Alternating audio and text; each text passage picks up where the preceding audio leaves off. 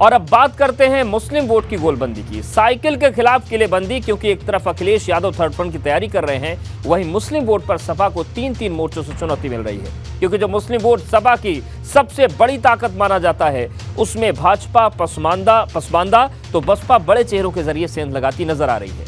अब मुस्लिम वोट थोड़ा भी इधर उधर हुआ तो सपा की मुश्किल बढ़ जाएगी, क्योंकि पहले ही सपा सांसद बर्क ने मायावती की तारीफ कर सपा की टेंशन बढ़ा दी है।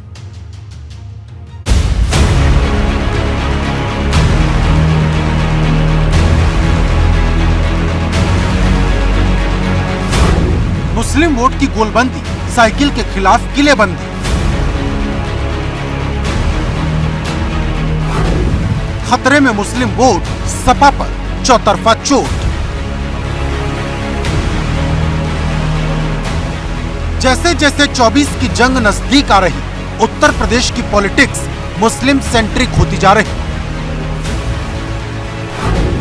क्योंकि भाजपा हो या बसपा या फिर कांग्रेस, सबकी कोशिश यूपी के 18 से ज्यादा फीसदी वोट को अपने पाले में लाकर समाजवादी पार्टी की मुश्किल बढ़ाने की है।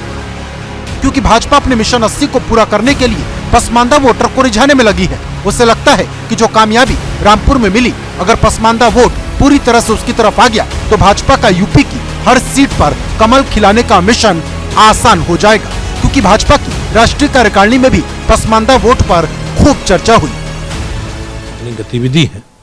गतिविधि नियमित रूप से कैसे चलानी है हमें, वो पार्टी की गतिविधि हम लोगों ने संगठनात्मक भी और हमारी विचारधारा से जुड़े विषय भी, और जो हमारे सेवा के रचनात्मक काम है, हमारी सरकार के विषय हैं, वो जनता के बीच में ले जाने हैं किस प्रकार से, ये सारा सब लोग तय किया। और हम लोग उसी के परिप्रेक्ष्य में प्रदेश कार्य समिति की बैठक, फिर प्रदेश के बाद जिलों की बैठक और जिलों के बाद मंडलों की बैठकों के माध्यम से अपना विषय नीचे तक सर्कुलेट हम लोग कर पाएंगे।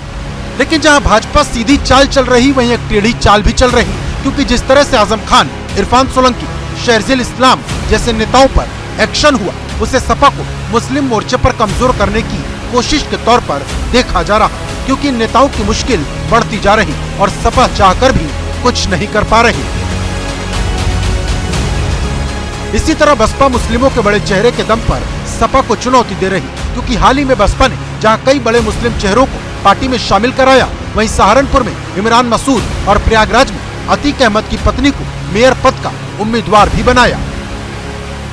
उत्तर प्रदेश में सियासी पार्टियां मुस्लिम वोट बैंक को लेकर गोलबंदी करती नजर आ रही हैं। समाजवादी पार्टी की कोशिश है कि मुस्लिम वोट बैंक जो 2022 के विधानसभा चुनाव में उसके साथ था, वो 2024 के लोकसभा चुनाव में भी उसके साथ रहे। लेकिन बहुजन समाज पार्टी इस कोशिश में जुटी है कि जो मुस्लिम वोट बैंक है उसे एक बार फिर से अपने पाले में लाया जाए और जो दलित मुस्लिम जो समीकरण है उसके जरिए 2024 में सीटें हासिल की जाए। इसीलिए तमाम मुस्लिम चेहरों को अब पार्टी से जोड़ने का काम किया जा रहा है। वहीं बीजेपी भी पसमानदा मुस्लिमों के सहारे 2024 में जो 80 में 80 का उसका लक्ष्य है, उसे पूरा करने में जुटी हुई है। जब से सपा सांसद शफीकुर रहमान बर्क ने मायावती की तारीफ की है, उससे जहां सपा की मुश्किलें बढ़ी, वहीं बसपा का कॉन्फिडेंस बढ़ गया है।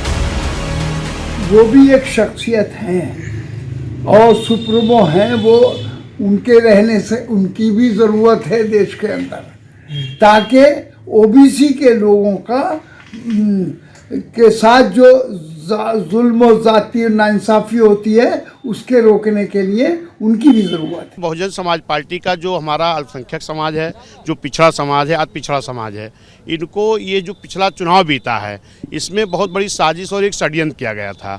उसी के तहत जो ये षड्यंत्र और साजिश करके हमारे वर्करों का हौसला गिराने का काम किया गया था, उसी के तहत मंडल वाइज कार्यक्रम करके पूरे पिछड़े समाज को, अल्पसंख्यक समाज को, SC ST समाज को, न्याय पसंद ब्राह्मण क्षत्रिय वैश्य समाज को अपनी सच्चाई बता करके उनको जोड़ करके बहुजन समाज पार्टी को आगे बढ़ाने का काम करूंगा। उसी की मेरी मीटिंग चल रही है। हालांकि बर्क के बयान के बाद सपा के दूसरे नेता एक्शन में आ गए हैं, जो बर्क के बयान पर न सिर्फ सवाल उठा रहे, बल्कि सपा से मुस्लिम वोटर के मोहभंग होने की बात को खुले तौर पर खारिज कर रहे।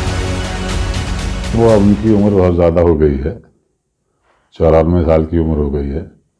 2-3 आदमी उनको अपने साथ ले उठाते बिठाते हैं, दिमाग भी उतना काम नहीं करता, दूसरे के दिमाग से काम करते हैं। मुसलमानों के लिए उनके पास कोई जगह नहीं है। मुसलमान उनको नकार चुका है और ये वो लोग हैं जिनकी वजह से मुसलमानों को और नुकसान हो रहा है। बेरोजगारी का विरोध करने निकले हैं। हम तो भारत जोड़ो यात्रा के तहत पूरे देश में ये जो महंगाई है उसका विरोध कर रहे हैं। किसानों के ऊपर जुल्म ज्यादती हो रही, हम उसका विरोध कर रहे हैं। अब बाकी कोई क्या कर रहे हैं वो अपना काम करें, अगर ये अच्छा काम है तो हमको सपोर्ट करें। गौरतलब है कि मुस्लिम अब तक सपा के पक्ष में वोट करता रहा है, जिसे सपा यादवों के बाद अपनी दूसरी बड़ी ताकत मानती रही है। ये यादव मुस्लिम गठजोड़ का ही दम था कि सपा का वोट प्रतिशत पहली बार रिकॉर्ड 32% वोट तक पहुंचा। लेकिन जिस तरह से समाजवादी पार्टी को अब भाजपा, कांग्रेस और बसपा से अलग अलग मोर्चे पर चुनौती मिल रही, उससे सवाल बड़ा है कि क्या सपा का 24 में भाजपा का रथ रोकने का मिशन अधूरा रह जाएगा या फिर मुस्लिम वोटर तमाम दावों को खारिज करते हुए सपा के साथ खड़ा नजर आएगा। लखनऊ से अनुभव शुक्ला के साथ ब्यूरो रिपोर्ट एबीपी गंगा। तो मुस्लिम वोट की जो गोलबंदी है 24 से पहले, वो क्यों महत्वपूर्ण है हम आपको बताते हैं। देखिए, मुस्लिम वोट को साधने के लिए क्या हो रहा है, क्यों हो रहा है ये सब। मुस्लिम वोट 19% है यूपी में। वहीं हम बात करें सपा की, ये सबसे बड़ी ताकत है, इसलिए सपा इनको साधने में लगी है। पसमानदा मुस्लिमों पर भाजपा की नजर है, क्योंकि 2024 की जंग जीतने के लिए जरूरी है बसपा मुस्लिम चेहरों के जरिए सेंधमारी कर रही है। वहीं कांग्रेस भी मुस्लिम वोट को जोड़ने में लगी है।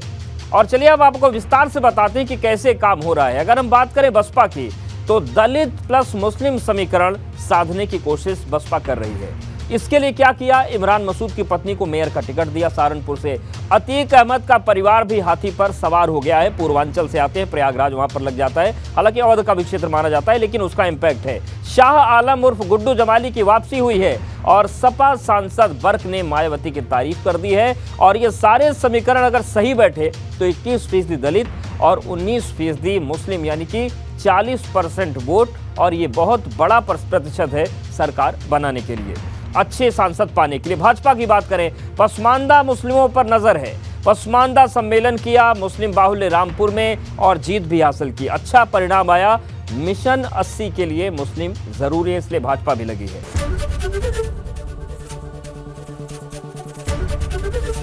एबीपी गंगा, खबर आपकी, जुबान आपकी।